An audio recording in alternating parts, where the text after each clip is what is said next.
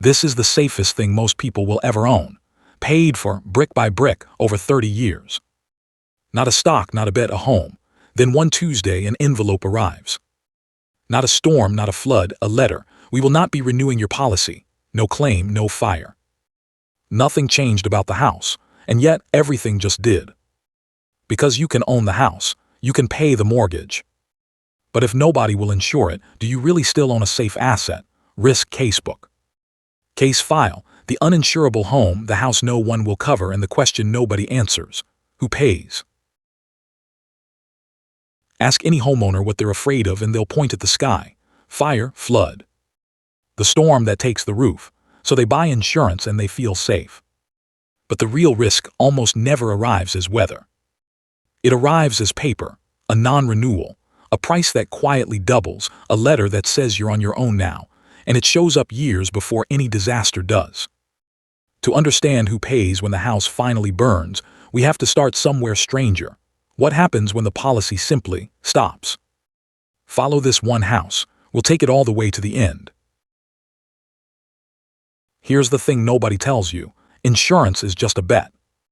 You pay a little every year, and the insurer bets that most years, most houses are fine. For a century, that bet paid. Then it broke from 3 directions at once. The disasters got bigger. In 2023 alone, the U.S. saw 28 separate billion-dollar weather disasters, a record. The company that insures your insurer, yes, that exists, it's called a reinsurer, got spooked and hiked its own prices by roughly 1/3, and that cost flows straight down into your premium. And in states like California, regulators wouldn't let insurers raise rates fast enough to keep up. Or, until recently, even price in tomorrow's risk instead of yesterday's calm. So the insurer does the only rational thing left. It stops taking the bet. In 2023, State Farm, the biggest home insurer in California, stopped writing new policies entirely. The next year, it mailed 72,000 non-renewals. 72,000 families told to go find someone else. So the letter arrives, and you do what everyone does, you call around. One no after another. Eventually you reach the place that can't say no, the insurer-of-last-resort. California calls it the fair plan, Florida calls it citizens. It's bare bones, it's expensive, and it's meant to be the option you never need. Except now everyone needs it. California's fair plan exposure grew more than 400% in 5 years. Past $600 billion of risk piled into the pool nobody designed to hold it. This is the bucket filling with every house the market walked away from. Remember that bucket. We're going to come back to who actually stands behind it. Now maybe you think, fine, I'll just go without. But if you still owe a mortgage, that isn't your choice to make. Buried in the loan you signed is a single line. You must keep this house insured. If your policy lapses, the bank doesn't shrug. It buys insurance for you, called force-placed coverage, and sends you the bill. That policy costs 2 to 10 times a normal one, and here's the twist. It protects the bank, not you, your belongings, your liability, none of it covered. And why so expensive? Because it almost never pays out, yet banks made a fortune on it. One major bank pocketed an estimated $600 million in kickbacks on insurance it forced onto its own borrowers. So the first name on the ledger is already written. When the market leaves, you pay more for less, whether you agreed to it or not. Okay, say you keep a real policy, pay every premium, do everything right.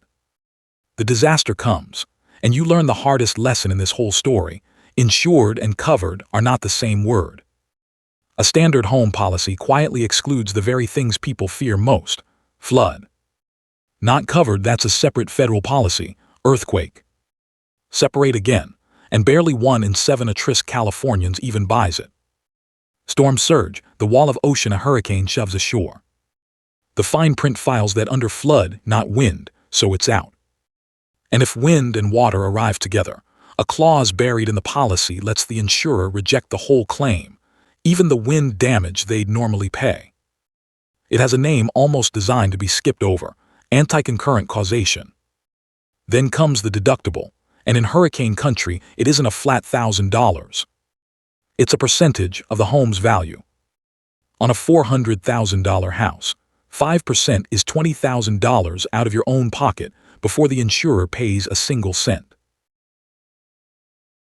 Set the deductibles and fine print aside, because 4 of those gaps share a single root: flood, wildfire, storm surge, and earthquake, and it's worth understanding why insurance runs from them.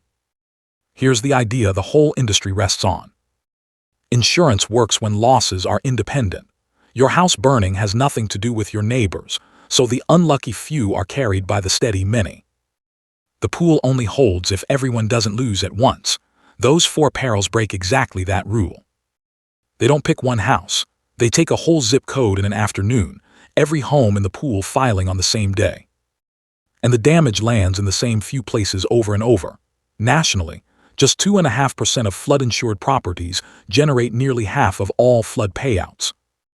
That's not a risk you can spread thin. It's a risk that hits hard in the same spot all at once. A loss that big and that concentrated has to go somewhere. So the system does the only thing it can.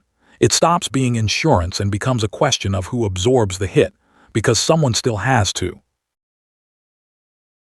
For one of those perils, flood, the government stepped in where no company would, and became the insurer itself, the National Flood Insurance Program. 4.5 million policies, run by FEMA, backed by the U.S. Treasury. It sounds like a solution. It's really a window into the problem. The program is $22.5 billion in debt, and that's after Congress simply erased $16 billion of what it owed back in 2017. It runs out of authority so often that Congress has had to rescue it more than 30 separate times. And when it finally tried to charge honest, risk-based prices, people did the math and walked. Today, only about 4% of American homes carry flood coverage. And because the houses that flood the most are the ones least likely to be covered, roughly 70% of all flood damage now falls on people with no policy at all. So hold the whole picture. The private market is leaving, the last resort pool is bulging, the public backstop is already underwater. The loss is still coming, so finally who pays? This is the heart of the case, so let's keep an honest ledger and write each name as it lands. Name 1, you. The deductible, the gap. Every dollar no policy covered paid out of your equity, the savings the house was. And remember, more than a third of Americans can't cover a $400 surprise, let alone $20,000. Name 2 is the one nobody sees coming, the strangers.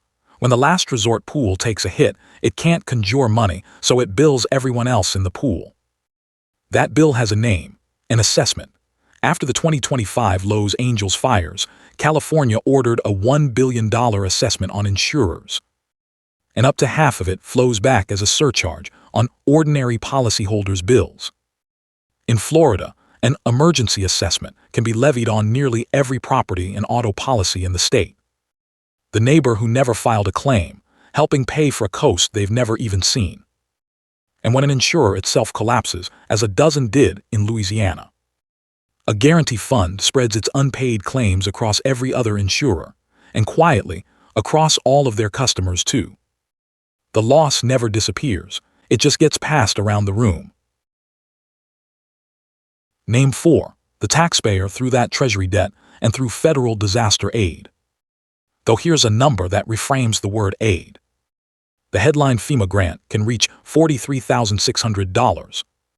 But the average one actually paid out is about $3,000. Not a rebuild, a gesture. FEMA itself says in writing that its help is not a substitute for insurance. And name 5. The quietest and the cruelest, the bank.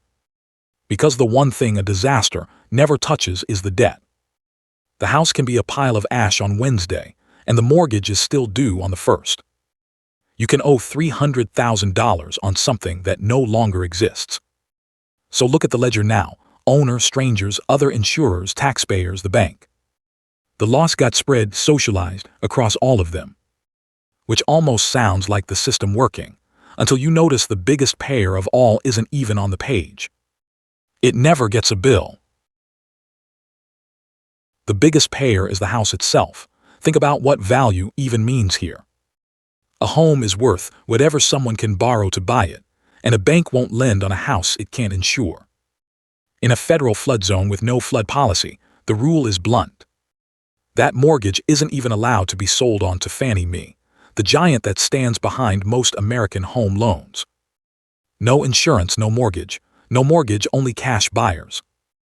Only cash buyers, and the price falls off a cliff, and this is already measurable. When insurance costs jump, that cost gets baked straight into the price tag. A 14% rise in premiums shows up as roughly a 4% drop in what the home is worth. Stack that across the country, and economists estimate American homes in flood-exposed areas are overvalued today by somewhere between $120 and $240 billion. That's not a forecast. It's a bill the market has started sending and hasn't finished. The chair of the Federal Reserve said it out loud. There will be regions where you simply can't get a mortgage. The house didn't lose a window or a wall. It lost the one thing that ever made it an asset. So go back to that envelope. You own the house, you paid the mortgage. Were you ever wrong? No, but you were incomplete, because a safe asset was never just the walls. It was a quiet promise running underneath them, that your risk was shared, spread across millions of strangers in a pool none of you could see. Insurance was that promise, and when the promise withdraws, the house doesn't lose a feature. It loses the only thing that ever made it safe. Nothing about the building changed. What changed is who's standing behind it, and the answer, you now know, became you. Here's the model to keep, long after this one house. Every safe asset is only as safe as the pool standing behind it, and the clearest warning isn't the disaster. It's the insurers leaving before it. To be fair, the picture isn't only doom. Reinsurance prices actually eased in 2026. Regulators keep rewriting the rules, and reasonable people argue how much of this is insurance versus a wider housing strain.